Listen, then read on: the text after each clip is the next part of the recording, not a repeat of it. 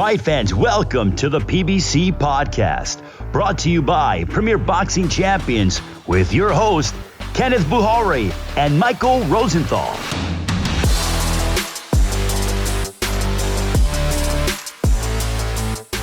Welcome, everyone, to the PBC Podcast. I'm Kenneth Bouhairie. And I'm Michael Rosenthal, editor of USA Today's Boxing Junkie. Thanks, as always, for tuning in. We're going to take a look at last weekend's action and O'Shaquie Foster's big victory. Plus, Jeremias Ponce will be joining us a little later in the show. And this week on Toe to Toe, Mike and I have three really good mythical matchups to discuss. But before we get into that, let's introduce our first guest. He's someone I've been looking forward to having on this show, a well-respected trainer and also a well-respected fighter in his time, Andrew Council. Andrew, your fighter David Whitmire made his pro debut last Saturday with the first-round knockout win. What were your thoughts on his short performance? I thought it was a great performance. I wish he could have got more time to showcase his skills, but I'm going to take it as it comes. Are there any learning points you can use from a fight when it ends so quickly? Yes, yes, you can learn. I don't care if the fight 1 minute, 2 minutes, 3 minutes. You can always learn from it because you can go back and look at it. And I actually looked at that fight probably about 20 times again and highlight certain things with that fight and sent it to him already. Wow. So we've heard a lot of good things about Whitmire. He's only 17 years old. What can you tell us about him? Very quiet, smart young man.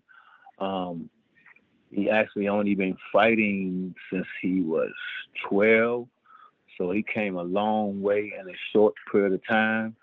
A kid that was very, very, very dedicated to the sport. Really didn't miss any days off. Only days off he missed are the days that I actually tell him that he didn't have to come in. Very, very good. So maybe in terms of style or maybe the way he carries himself, does he remind you of anybody else? Is he comparable to anybody else that we know? Yes, because I actually gave him the name the Body Snatcher because he reminds me of a little bit of Mike McCallum and also Gerald McCullough mix. That sounds scary. Yeah. Right. Okay. And now your stable's growing. Another one of your fighters, Jarrett Hurd, is going to be returning to the ring on March 4th. Jarrett hasn't been in the ring since 2021. How has he looked in the gym? Jarrett has been looking wonderful. Actually, he's been sparring. He actually been sparring some of my other fighters, which is Travon Marshall. I have a couple of other guys that's undefeated. He's been getting in the ring with. So he's definitely going to be ready. He's going to be ready. He's going to be in shape, and he's going to be ready. What were your thoughts on Jarrett before you began working with him? That's crazy because I shared this story with Jarrett before his father passed. And I said, Jarrett, this is so crazy, man, that I'm working with you now. I said, because your dad actually reached out to me and said, man, hopefully in the future we can get together and stuff like that. But been knowing Jarrett for a long time, I always thought that he's a very, very talented, very driven young man, that he was overwhelming people with his desire. And me looking at him as a coach, of course, every coach looked at a fighter and said, man, if I was working with this guy, I have him do this, do that, do this, and that. So I just told Jarrett, mainly reminding him of who he is. Like, I explained to him that you're a very physical guy, and I said that you need to use your physical attributes just a little bit more. And then when he asked me, like, what you mean by that, I said, I just need you to some of the same things that when you fought J-Rock, and I said, not to bring up nothing negative, I had to pinpoint these things to him. I said, you need to be turning your guy a little bit more. You need to be bumping your guy. You need to be touching your guy a little bit more. Use your physicalness against your opponent because you're a very big guy for your weight class, but you don't post. You don't use your arms enough. You don't do certain things. So that's some of the stuff we've been working on. And he agreed when we went back to it. It's all new stuff to him, but I think his confidence is high now. Not saying it wasn't then. I think it's because he knows now that he has somebody that not just telling him this, I actually show him this. He actually went back and looked at my fights and said, this guy is telling me stuff that he's been doing. So I think that's like it's believable more than somebody just telling you something. That leads me to my next question. So we had him on the podcast recently. He seemed to be in a great positive frame of mind. Is that how you see him? And how important is a good frame of mind in terms of being successful? That's everything, because this everybody have their own number when they say this, but I think that's probably 85 to 95% of this sport is the mental part of it. And that's something that I stress with my fighters all the time. The mental part of it. Going into a fight with a clear head is everything. You can't go into a fight second guessing yourself, meaning like, did I run enough? Did I do this enough? Did I do this enough? So I kind of laid out something to let Jarrett know, man, you don't have to worry about if you ran enough, because each week we get together, we add up your miles. You ain't got to worry about how many rounds you did. I know how many rounds you did. You ain't guessing. So knowing it and seeing it and be like, okay, yeah, I just made all these deposits. Your mind is free of wondering and worrying, because you know for a fact I did all my running. I did all my sit-ups. So it just made a lot of change with Jarrett. Like a lot of stuff he shared with me that I didn't know. Got him doing 1,000 sit-ups a day now. Just some of the stuff he haven't been doing, so he don't have to second guess. I don't think he's gonna second guess himself. I don't think he's gonna hold back. I think it's gonna be all gas, no holding back. How long have you guys been working together?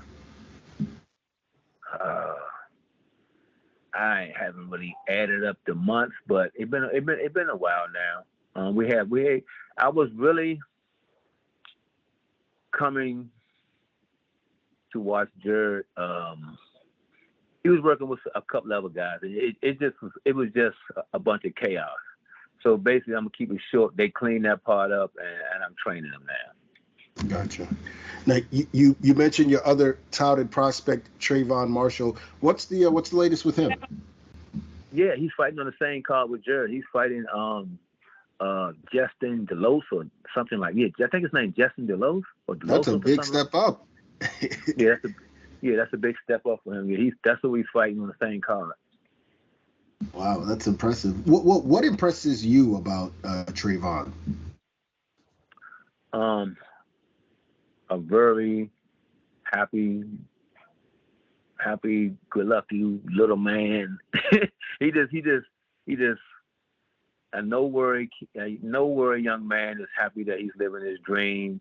Very, very dedicated to the sport.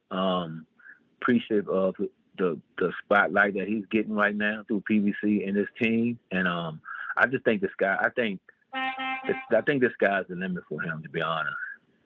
Yeah, I think this guy's the limit. Yeah, we're hearing a lot of good things about him too. Now he's been fighting between welterweight and super welter. In your opinion, what weight class will Travon fight for his first world title? Well, he's going to fight for his first world title at 147. But we've been coming in at 51, 49, just so we can keep the rankings at 47. So he's not a junior middleweight. He's just a welterweight, because it wasn't no need for him to get down to 147 unless it's about to be a fight like this one. You know what I'm saying? Because it takes a lot out of you to make that weight 30 times or 20 times or how many times it takes before you get to a title. So you always kind of fight 3 to 4 pounds a little heavier until it's time to make that weight. Gotcha. Andrew, we don't know for sure whether everyone realizes that you were a damn good fighter, a top contender at 140 and 160. You fought for world titles twice. You had some important wins. Looking back, what were some of your fondest memories of your career as a boxer? Just really able to live out my dream as a professional fighter, just trying to take care of my family. I had a great career. for the least amount of amateur fights I have, I was very pleased with my career, and I try to share every moment of my career with my fighters. So with my fighters, I'm like an open book with them as far as sharing my ups and downs, what to do in this sport, what not to do in this sport, and I think that's very important with these young fighters, and I think that's part of the growth with Jarrett, able to receive the information that I'm giving him, knowing that this guy done fought for the title. I done fought Bernard Hobson, Keith Holmes Price, Robert Allen, Winky Wright, Buddy McGirt. The list goes on. So he knows I'm speaking from the heart. He knows I've been in the trenches. He knows everything that I'm telling him. They go back and look at it. So I'm not saying that a coach that hasn't fought, the fighter's not going to believe him, but I'm just saying with my fighters, they know. And I get in there and give them a couple of rounds. So they know. Very good. Yeah. We could have a whole podcast on this next question, but maybe you could just tell me what comes to mind. So how has boxing changed from your era to now? It's more political. It's more, it's less of the best fighting the best. It's more about the money compared to the love of the sport.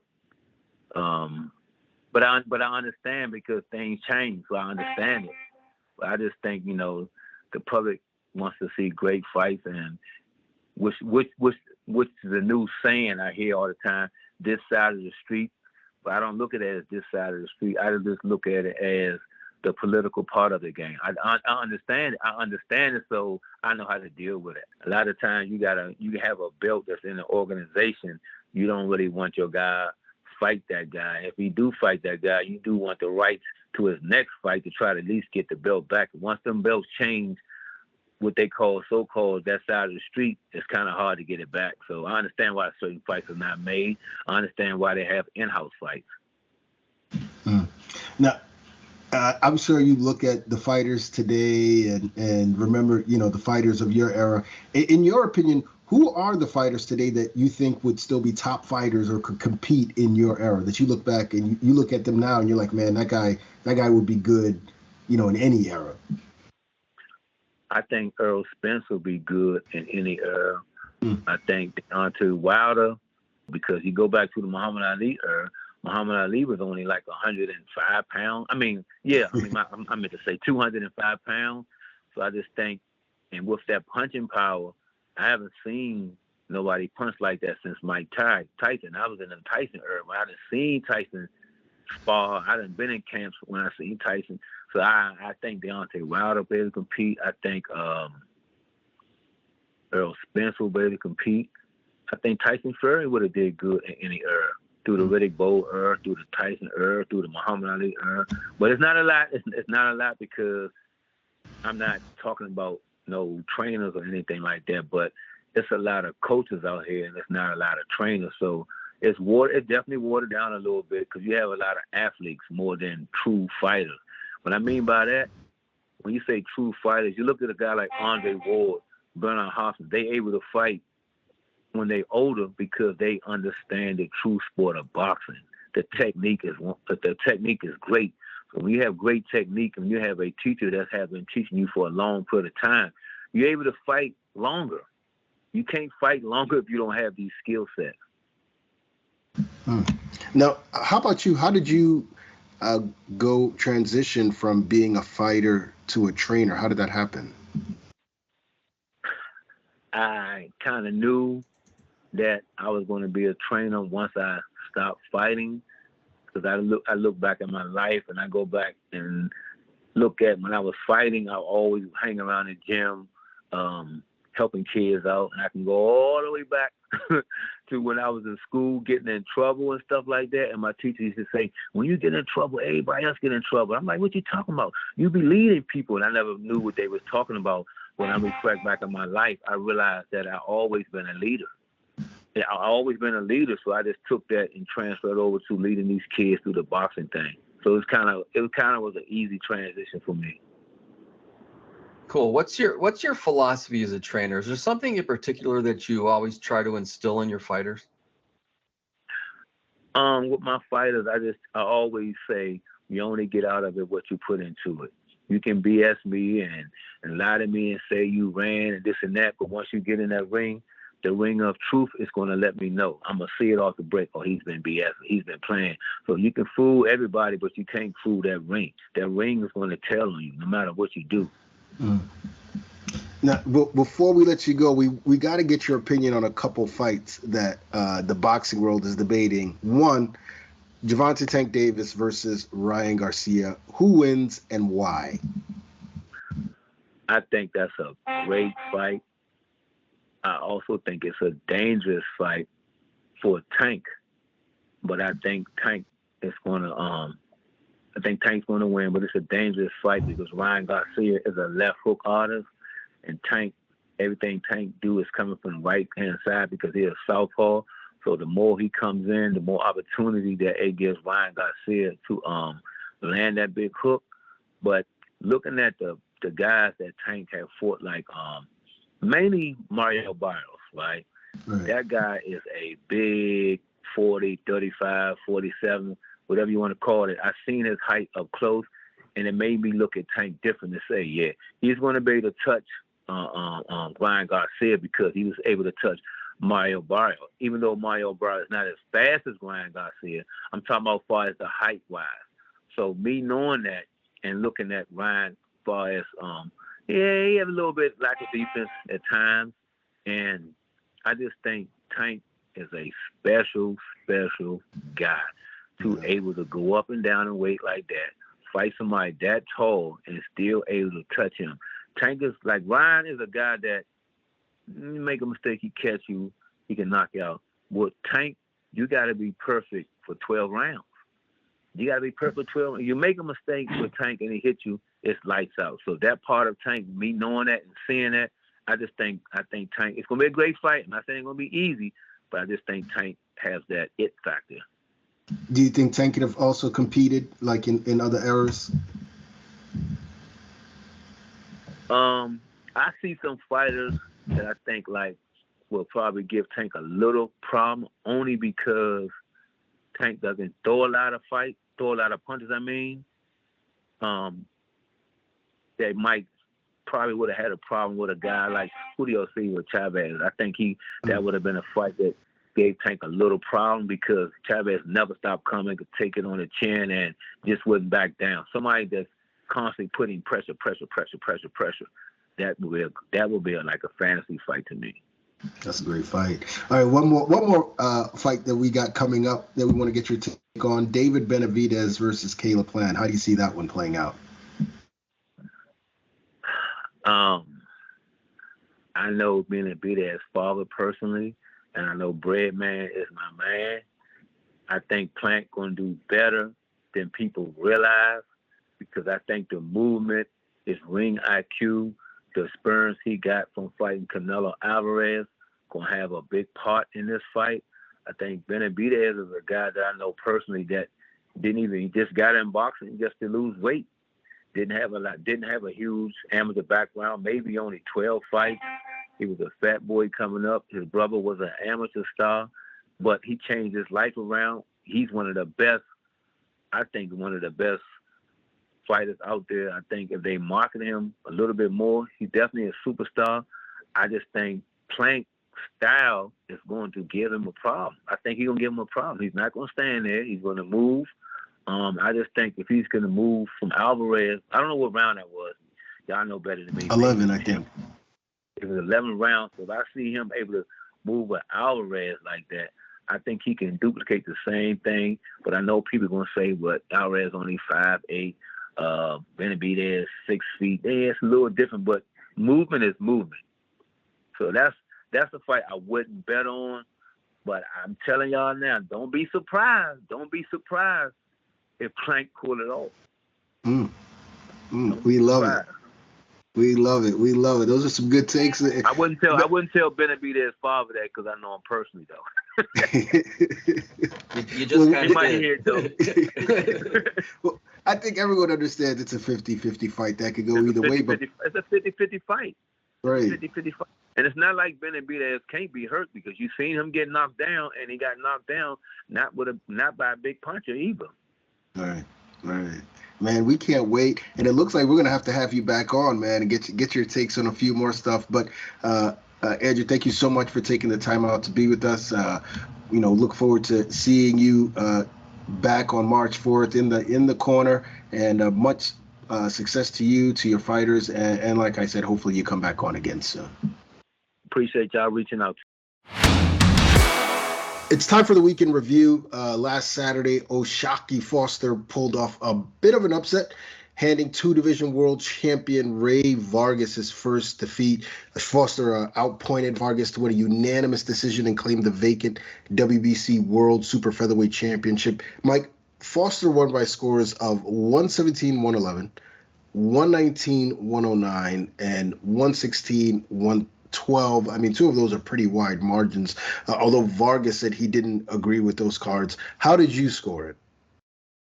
I think he said he thought the fight was closer, and he kind of didn't provide any more information than that, which is possible. That 119-109 is a little bit wide, but I definitely thought that Foster won the fight. I had it 117-111 for him, 9 rounds to 3. Neither guy landed many punches, but Vargas landed almost nothing, which is, I think, is a tribute to Foster's defensive abilities. He was really, really hard to hit.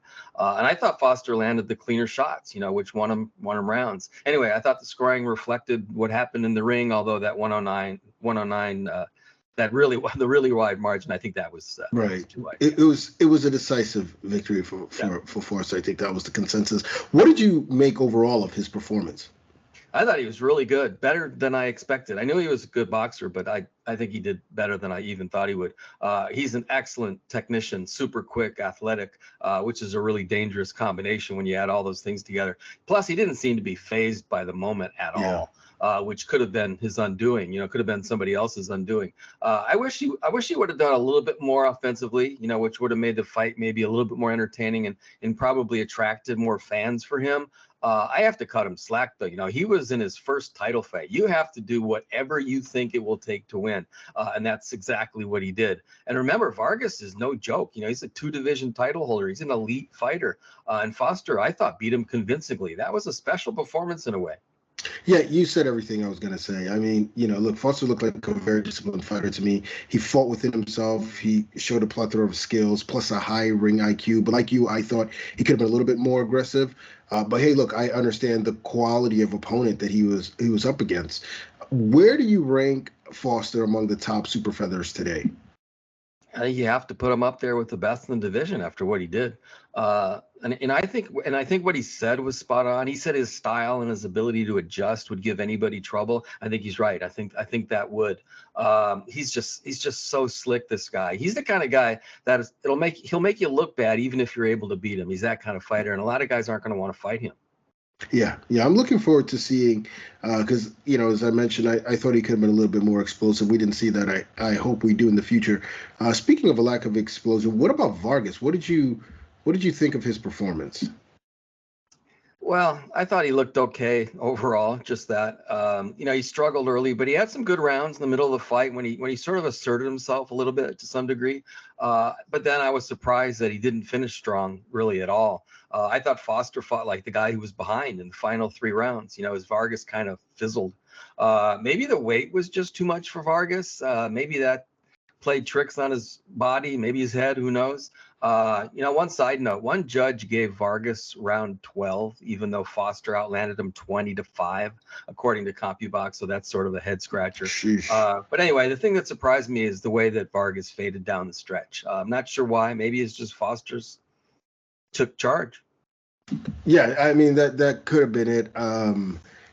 What do you think should be next for Vargas, though? Does he stay at 30? You think he goes down to 26? Well, he's still a 126-pound title holder. I'd go back down if he doesn't have problems making weight. He remains a really good all-around fighter, in my opinion, and he would have physical advantages at 126 that he might not at 130. Maybe he lost a little bit of that moving up to 130. So I still think the guy's a really good fighter. He's just up against a tremendous technician. So I think he'd do well if he goes back down to 126, and he probably will. Yeah. I even at 130, I think he could still do well. Yeah, he could. He could. What about Foster, though? Who'd you like him to face next? Well, I always lean toward trying to unify, which is sort of trendy now. That leads me to say he should fight, fellow belt holder Hector Luis Garcia. That'd be a hell of a fight. Shavkat Rakhimov also has one of the titles. It sounds like he's going to have to face a mandatory, though, which might mean Eduardo Fernandez, I actually really like that fight because Fernandez is just a beast. He's a slugger. He's a knockout artist. So that's a really interesting matchup. There's other guys like Leo Santa Cruz and Oscar Valdez is right there. So he has a lot of really good options now, and that's what happens when you win big fights like that. Yeah, absolutely. I expect we'll be seeing a lot more of Foster this year. Another person I think we'll be seeing a lot more from this year in the co-feature welterweight, Mario Barrios had his way with Giovanni Santiago, stopping him in 8 rounds. How did Barrios look to you? I thought he looked better and better as the fight progressed. He ended up really beating that guy up in the end, which was a nice statement for Barrios. I don't want to get too excited because I think Santiago looked like a particularly small welterweight, and he hasn't been too active to boot. He's a good fighter, though, and Barrios just dominated him to get, that was his first win since 2020, believe it or not. So I thought he looked good, and I was really, really happy for him. Yeah, I think folks forget how good Barrios is. Coming the back-to-back losses to Gervonta Davis and Keith Thurman. Those are some pretty tough guys to face. And I thought Barrios looked great. Do you think he's growing into the weight now? This is what his second fight at 147. He looked like a big 147-pounder. I think it's hard to say until we see him against a bigger guy, but he sure looks strong. Like you just said, he sure looks strong against Santiago, which is a really good sign. And I don't remember thinking that he looked particularly small when he fought Keith Thurman, to be honest with you. And he hurt Thurman in that fight. So, to answer your question, yes, I think he's growing into the weight. I don't think he's a small welterweight. Who would you like to see him face next? I would say a contender. I think he's there. One possibility, one guy I thought of was the Roman Villa, who just upset Rashidi Ellis. Or he could face Ellis in his comeback fight. I think that would be a good fight. I'm guessing Ellis would go for that. There actually aren't. Tell me if you think I'm wrong. There aren't really that many options right now because a lot of the top guys have fights set or they have fights that are about to be set. That said, Barrios took a step in the right direction Saturday, so I think he's a legit opponent for pretty much anyone. He's got a name, so that makes him more attractive. So I expect him to get some big fights in his next 2 or 3 fights. Yeah, for sure. I mean, I could see even, Jamal James or I thought of him too. Luke Santamaria or Abel Ramos, Cody Crowley. There are enough names at welter where, Barrios can test himself. We had a battle of unbeaten heavyweight prospects in the TV opener. Cuba's Lenier Pero down on the scorecards, stopped Victor Faust with a single body shot in the 8th round. A surprise result, given how the fight had been going. Mike, what were your thoughts on the ending? I thought the ending was a little strange because of the way Faust sort of turned and stopped fighting. But replays made it clear that he caught him with just a killer body shot. You would have thought that he would have gone down, which is, I think, part of what made it weird. But there was no question that he was hurt badly by that shot. I thought the ending was perfectly appropriate. It was actually pretty dramatic. How did Pero look up to that point? Honestly, I thought he looked just okay. I thought Faust was outworking him pretty convincingly and on his way to winning the fight when Pero landed that big shot. He's a young guy. He'll learn from that fight. One thing you might want to think about, it's difficult to win fights if you don't let your hands go. The strange thing was that he landed a high percentage of his power shots, which is actually a pretty good sign. He just didn't throw many of them. He's really good. He has the talent. He just has room to grow, I think. Yeah, and you brought up Faust, who was leading on 2 of the 3 scorecards. What was your take on his performance? Well, if you recall, he hurt Pero in the final second maybe of round 3, I think it was. After that, I thought he controlled the fight. He threw more than twice as many punches as Pero overall. And I don't think he missed as many as CompuBox said he did. They had him landing at a pretty low percentage. I don't think he was that bad. I thought he connected on enough punches to win rounds.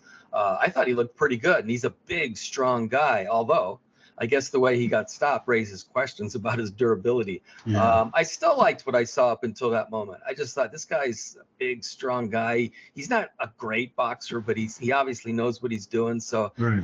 I don't think this is going to be the last we see of him. I agree, but where does he go from here? If I were him, I'd focus on how he was doing before the knockout punch. Again, I thought he was doing well, and there really isn't too much you can do about a punch like that. So I'm sort of like, what is he going to do immediately? And he's going to go back to his team and he's going to assess what happened. That's what he's going to do. I wouldn't put too much emphasis on what happened. I would just move on because he looked good. He got caught in a bad spot. I agree. Continue. He's not a great boxer, as I said. He's a solid boxer. That combined with his size could keep him around for a while. Now, who should he fight? A guy on the same level as Pero, I guess. I guess after a loss like that, a one-punch knockout loss, you don't want to jump up too high. He's obviously has some to learn too. So I would suggest a guy at that level, like a guy in maybe at most maybe a fringe contender. What about Pero? Who would you like to see him face next? Well, the guy's 30 years old, but he's only had 9 pro fights. And again, I didn't think he looked that great on Saturday. I wouldn't rush him into anything. I think he probably needs a handful of fights to find himself. And when I mean a handful of fights, I mean guys who probably aren't great threats, although Faust was a great threat, evidently. I do think the ability is there, though. He just needs a little bit of time. I just wouldn't rush him. I would just put him in with a guy that you're pretty clear he's going to win, and then sort of see how he evolves. Yeah, exactly. I mean, I think there is some time, and I know you like to err on the side of development. There's absolutely nothing wrong with that. It's time to bring in our next guest, though. He is an undefeated super lightweight set to make his U.S. debut Saturday, February 25th, when he takes on Subriel Matias for the vacant IBF 140-pound world title. This fight has all the makings of an all-out war, and a lot of people are picking this man to surprise Jeremias Ponce. First question for Jeremias. How has camp been for this fight? Sí, así que fue tal cual dijiste vos, una preparación con mucho calor acá. Yo creo que no juega en contra, sino que va a servir, porque sería distinto si acá haría frío y allá hace calor por el tema de humedad y eso, pero sí, una muy buena preparación hicimos. We've had an excellent camp. We prepared in the best way possible, and the contrast in weather, I think, actually has been beneficial to me, because there was a murderous heat wave in Argentina in the past week, like over 100 degrees, if I'm not mistaken. So here actually I can tell you exactly how many degrees there were. 100 degrees. So so contrasting that with the cold in Minneapolis, it's been beneficial to us, to where we actually could break a sweat and really prepare in the best way for this new challenge. This is your first shot at a major world title. Tell us what this means to you. Si bien este es un título de la entidad de la FIB, yo fui campeón mundial de la IVO, que no es muy reconocido en muchos lados, pero ya lo fui. Pero la verdad que es algo que me pone muy contento, la posibilidad de poder pelear por un título de la organización. Well, keep in mind that I already was a world champion before, but I know that the IBO isn't really that recognized compared to the Big Four, but it's still, like, I was still able to win a title before, but now I'm excited to be in the marquee with a big world title on the line. I don't know how much it means to you, but are you excited that it's taking place in the United States, which obviously is one of, if not the biggest market in the world? Sí, no lo tomo mucho por ese lado, pero lo que más me emociona es poder pelear por el título del mundo, si bien es Estados Unidos que tiene un extra, pero no, por el lugar no me motiva más, solo porque es un título del mundo y eso es muy importante para mí. The location itself doesn't really excite me that much more than I already am excited for fighting for a world title, really. So to me, the sheer fact that I am about to go after a belt is what motivates me the most. The location, as far as being in the United States, I'm aware of the fact that there's going to be more exposure, but it doesn't really move the needle one way or the other for me to where it makes a real difference. Got it. Give us your impressions of Subriel Matias. Lo que se ve que es un boxeador fuerte, que siempre sube al ring a ganar, eso es algo muy bueno de él. Y así como tiene su lado bueno, también tiene su lado malo, de que él sale a trabajar tirando muchos golpes y quizás en eso se reciba algún golpe de más, pero la verdad que es un muy buen boxeador, no tengo nada que decir en contra de él. Subriel is an outstanding fighter. I have absolutely nothing bad to say about him. One very positive trait that he has is that he comes out swinging. He's always ready to fight. And obviously that has its other side, which is that if you come out to fight and you come out swinging, then you leave yourself exposed to a punch or two that might be costly. So, but considering the whole picture, I know that I'm going to be going after a quality opponent in Minneapolis. You brought up his aggression and him throwing a lot of punches. Does that aggressive style suit your style? Yo creo que sí, yo creo que los dos estilos se van a complementar bien para hacer una pelea atractiva para el público por el hecho de que los dos intentamos ganar el centro del ring y siempre ir para adelante para ganar la pelea, porque a veces hay estilos de boxeadores que son más movedizos y nosotros yo creo que vamos más al choque, así que va a ser una muy linda pelea. I think it's going to be a very, very good fight that fans are going to enjoy, because both Matias and I want to gain supremacy in the middle of the ring. We are two bulls that are going after each other and just locking horns out there, and that's going to be a little bit different than comparing that to someone that maybe is a little more dodgy or tries to counter more. And I think that both Matias and I are going to be providing a great show for the fans. Did you happen to see his last fight with Petros Ananya and his knockout win? And if so, what do you think of that performance? Sí, se lo vio muy bien en esa pelea y muy, como dije antes, con ganas de ganar, que quizás en la pelea que perdió no se notaba eso y en esa pelea sí, cuando ganó se lo vio muy fuerte y muy superior. He looked absolutely superior to his opponent. Not only that, I noticed more of like a glint in his eye, the fact that he was hungry again. And I didn't notice that in the previous fight before that when he lost. So I think he regained something that he lost and was valuable to him. Let's see if that remains on the 25th. You describe yourself as a bull, and you seem to me the kind of fighter just plants his feet and he fights. But I see intelligent, methodical aggression. Do I have that right?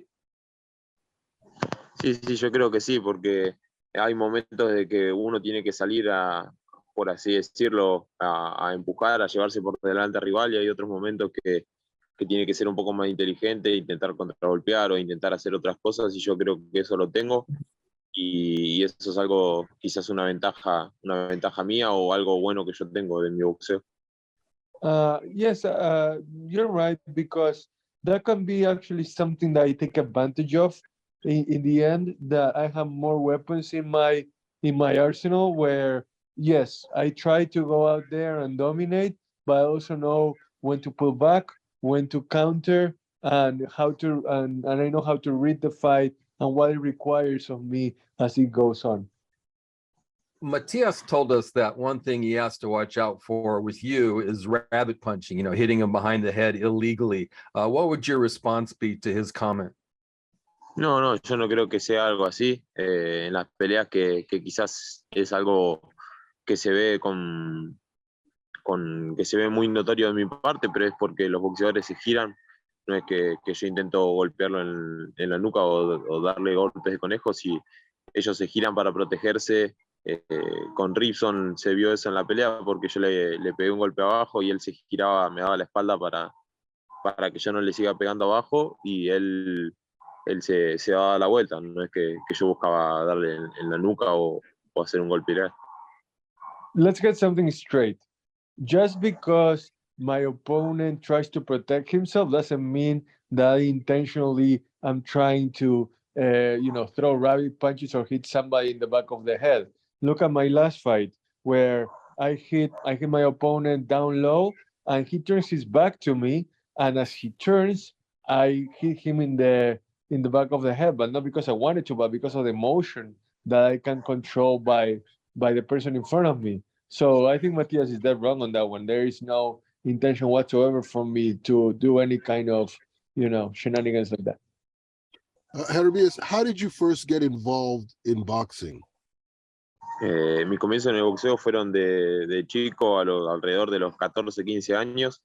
Y si bien sí, en mi barrio jugábamos al fútbol o también practiqué en algún club de barrio, pero no era algo que me gustaba mucho, me llamaba la atención y un día entré a un gimnasio de boxeo para probar si me gustaba y desde ese momento no me saqué los guantes. I actually didn't start, getting involved with boxing until I was 14 or 15 years old.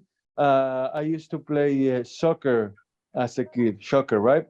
And, I used to play for a club team, but it wasn't my passion. So once I stepped into a gym, that's when I realized, what my true calling was. And it was full steam ahead from there. Who were some of the fighters you admired or emulated growing up? Mis ídolos de chico fueron, por el lado argentino, René Maidana, el chino Maidana, Lucas Matisse y Sergio Maravilla Martínez, que eran los que en el momento que yo empecé a pelear como amateur, ellos estaban en su estrellato del boxeo. Y internacional lo vi mucho a Julio César Chávez y al Canelo Álvarez ahora en el último tiempo. Pero soy de mirar mucho boxeo y admiro mucho a los boxeadores. I'm a boxing junkie, and I like to watch a lot of different great fighters. But if you ask me what my top 5 would be, it would be the 3 from Argentina: Matisse, Maravilla Martinez, and Chino Maidana, Marcos Maidana, and those were the ones, like in Argentina when I was an amateur, that I tried to emulate. And as far as worldwide, Julio César Chávez and Canelo Álvarez, two fighters that I look up to still to this day. I wanted to follow up on Ken's previous question. Do they play soccer in Argentina? Es algo raro que a alguien no le guste jugar al fútbol. Si bien yo no jugué y no intenté jugar tampoco como profesionalmente o intentar de lleno meterme en el boxeo, con amigos y demás, con familia, o a veces jugamos algún partido entre nosotros tranquilo para divertirnos, pero suena raro que alguien no haga fútbol acá en Argentina. If you like, it would be really, really weird if you lived in Argentina and you didn't want to play soccer. It's a family affair. It's something that you do with your friends.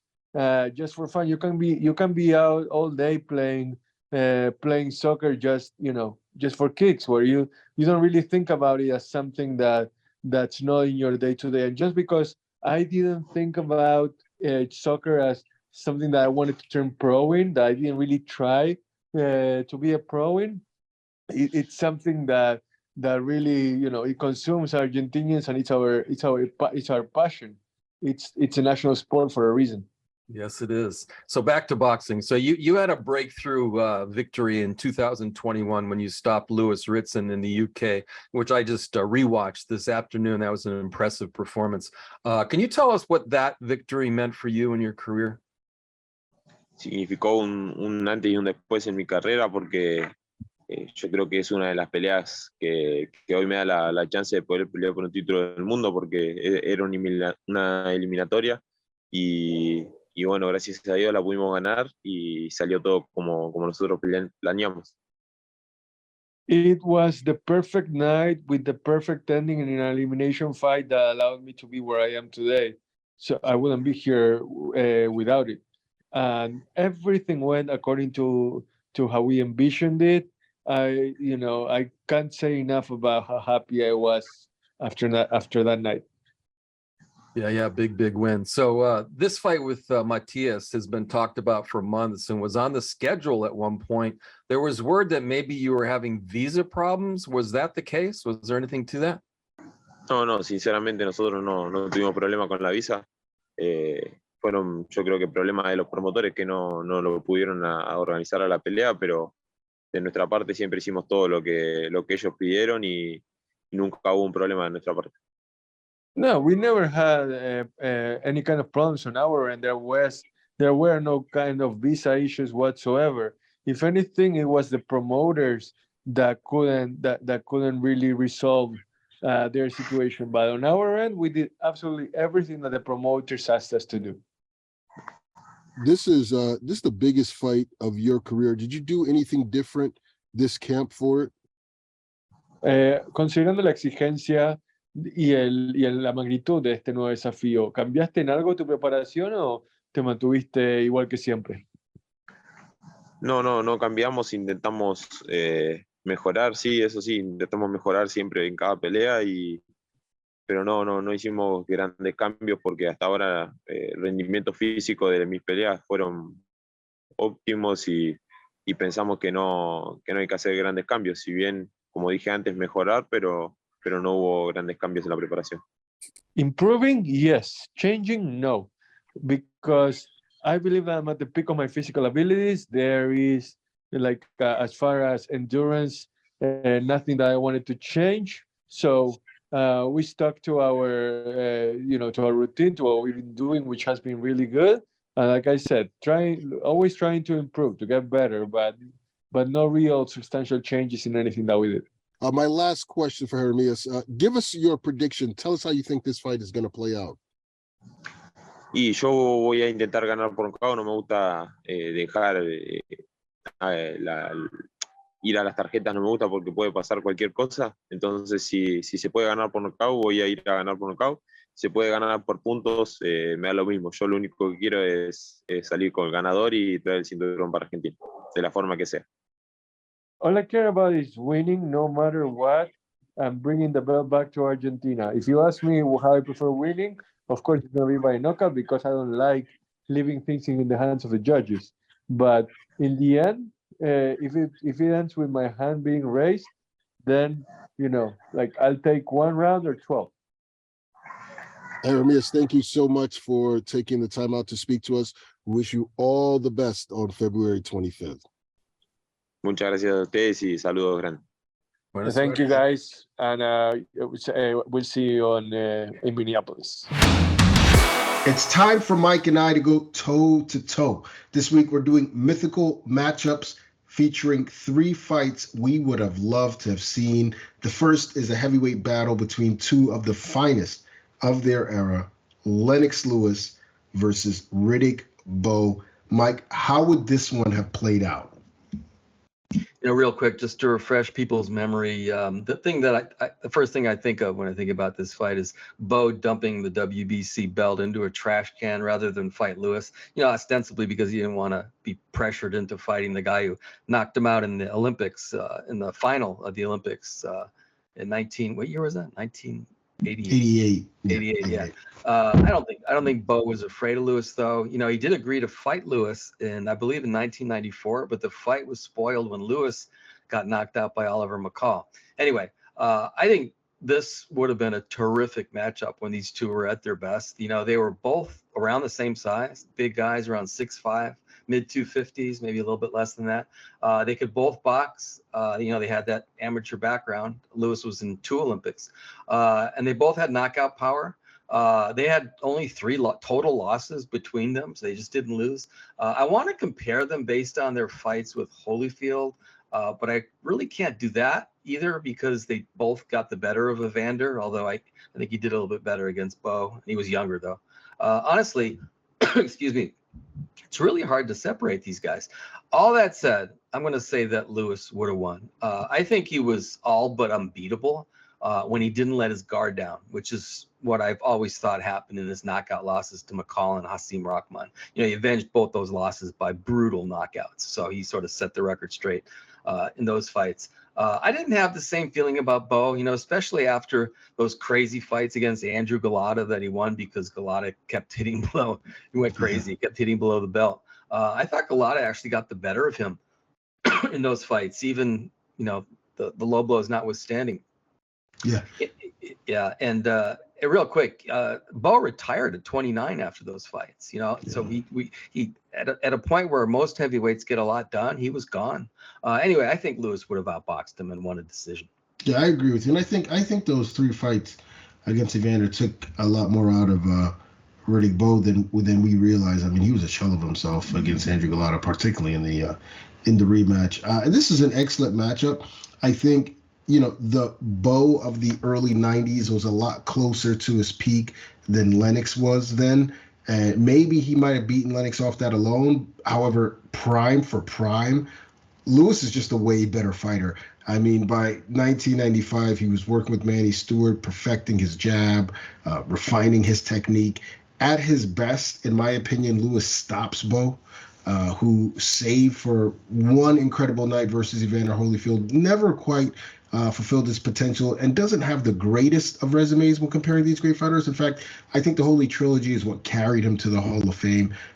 Lewis was just too good. He had every tool in the book, and he knew how to finish you. I like Lennox inside the distance. I agree. I thought about a knockout too, and that definitely could have happened. But I think that Bowe's a little bit underappreciated. He only had 1 loss in his entire career. He did beat most of the top guys, that he fought. He's probably right that he sort of he didn't really fight too many. The Holyfield fights probably Who else? Maybe the era wasn't that good, but he fought a lot of name guys. Let's put it that way. Who did he fight? Well, I'd have to go through this. Yeah, well, you said a lot of name guys shouldn't be too difficult. I did go through his record, but now I can't reel off. Galata was, he fought Galata. He fought an age Dokes, Jesse Ferguson, who was also very old at that time. The 2 wins against Galata, which easily could have been losses. Well, he fought Holyfield 3 times. Yeah, it was Holyfield. I mean, that's what it was. He fought Dokes. He fought. Dokes was very old at that point. I mean, Dokes was not the Selden, title holder. See, there's an example. Tony Tubbs. See, these are an example of Tyrell Biggs. These are all named. Those guys were all older by the time. And they were never that great. But they were the top guys. They were top guys at the time. Anyway, I think Bowe was actually more athletic than Lewis. Lewis was a little bit stiff as far as I'm concerned, but I agree with you. I think Lewis had the formula, and I think he had a better head for boxing. I think he was more of a warrior. So yeah, in the end, I agree with you. Yeah, good fight though. Let's go to the second mythical matchup, which takes place at 130 pounds between 2 Mexican legends, Juan Manuel Marquez versus Erik El Terrible Morales. Mike, how do you see this one? Why didn't this fight happen? I'll never really know. They both claim it was because of the other guy, so we'll never know for sure. At any rate, it should have happened. Marquez, Morales, and Marco Antonio Barrera were the great Mexican trio in their primes. I just love collectively. I just absolutely love them. I think Marquez emerged as the best of the 3 in the end, but it was really close. All 3 of them are Hall of Famers, and they deserve it. Marquez clearly was a better boxer than Morales, although we have to remember that Morales did outpoint a prime Manny Pacquiao in 2005. He actually beat Marquez. He beat Pacquiao before Marquez did. Marquez was one of the great counterpunchers of his generation. Otherwise, it's hard to separate them. They both are highly skilled boxers with good power and all kinds of courage. Although I would have to say that Morales probably was more of a natural warrior. I mean, just look at his fights against Barrera. They were just utterly insane. So who wins the fight? I'd go with the more skillful guy, especially when he could punch too and was never stopped in his entire career. He actually didn't even realize that. I had to check it, but Marquez was never stopped. Morales would have had a good chance in the fight. He was that good, but I think Marquez would have outpointed him. But man, oh man, once again, I would have loved to have seen that fight. Yeah, I would have loved to have seen it too. I actually lean toward Morales to win this fight. I think that his dimensions, his size, his length, his ability to box from outside is something that we never really saw Juan Manuel Marquez overcome. Only time he fought someone who had those kind of advantages over him, was when he fought Floyd Mayweather, and he could do absolutely nothing that night. Again, that was Floyd though. But one of the things that always stood out to me regarding Juan Manuel Marquez was how he struggled with in past prime age Marco Antonio Barrera. In fact, Barrera floored him when they fought in 2007, although for some reason the ref didn't call it or missed it, and it wasn't like a slip. Like, he got dropped hard by a big right hand. You know, not saying that Morales fights like Barrera, but it shows the level those guys were fighting at their peak, which was, 3-4 years before Marquez took on Barrera. And, at their peak, I lean toward Morales, winning a close decision. I think Morales' jab, his ability to use his length, those right uppercuts on the inside that tormented Jesus Chavez, pretty high ring IQ, which I think takes away Marquez's counterpunching ability a bit and forces him to reset often enough for Morales to win a close but thrilling encounter. It might have depended on how Marquez fought the fight. I don't know if you recall, but Marquez, for the early part of his career, was more of a technician. He was known as more as a boxer, which I think is one reason he wasn't as popular as Morales and Barrera, because he wasn't that warrior. So he kind of evolved into a warrior. He was a warrior. Right. We kind of evolved into that guy and became obvious, and maybe to please the fans, I don't know, or to market himself. I don't know exactly how or why that happened, but it did happen. Maybe the Marquez, who the technician, could have outpointed Morales. Maybe if he tried to fight him, he would have lost. But once again, another fight that it's a shame it didn't happen. Yeah, for sure. Let's go to our final mythical matchup, which takes place at super middleweight between all-time greats James Toney versus Bernard Hopkins. I can't wait to hear what you have to say about this. Yeah, this one I think for me was the hardest to actually pick a winner. Great matchup. Both of these guys were just immensely talented technicians. Although I would say Toney probably was a little bit more gifted in terms of God-given gifts. It couldn't have been more clear that Hopkins was the more disciplined of the two. They were sort of at the opposite ends of the spectrum in that regard, which that allowed Bernard to get the absolute most out of his natural ability. I think Hopkins would have had all kinds of problems with Toney between 160 and 168 pounds, assuming Toney could make weight, obviously.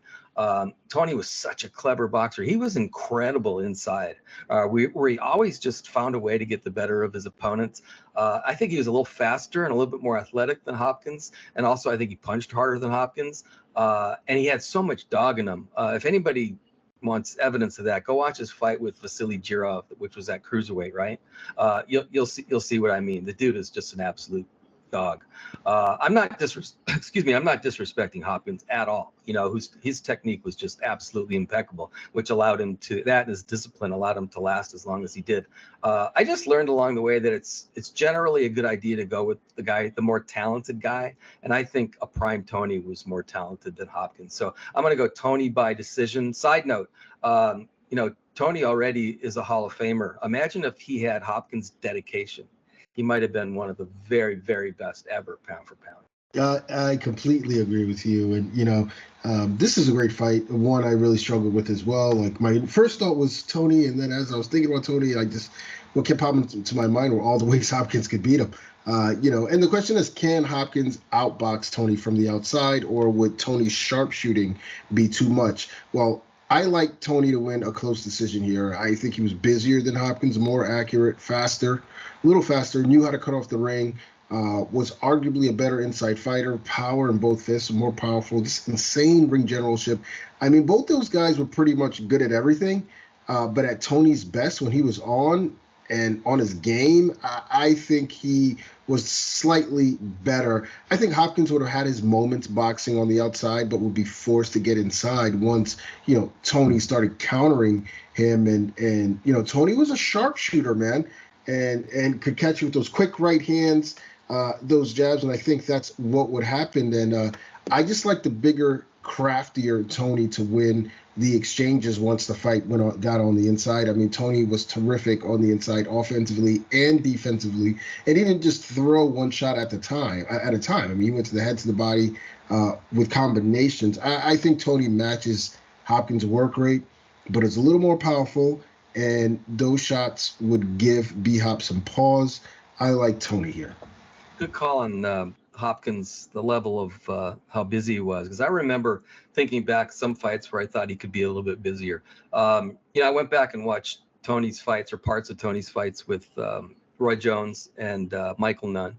Ironically, he lost the first fight and he was losing the second fight when he knocked out Nunn. In the 11th, I think it was the 11th round. And but first of all, it was very weird to see him that thin. He was 160 against Nunn and 100. Yeah, it was just amazing. But just you could see just the way he moved was so beautiful. Even though he was losing both of those fights and lost the first one, it was just so beautiful to watch him move and watch the technique. You could just see it. It was just so obvious. Yeah, and that Nunn fight I thought was brilliant. The way he took his time, broke him down. He was losing the fight, quite frankly, but he got the job done against a guy who was considered top 5 pound for pound at that time. Anyway, that is going to do it for this week's show. We want to thank Jeremias Ponce and Andrew Council for joining us. And, of course, we want to thank you guys for tuning in. Be sure to check us out next week for more boxing talk right here on the PBC Podcast.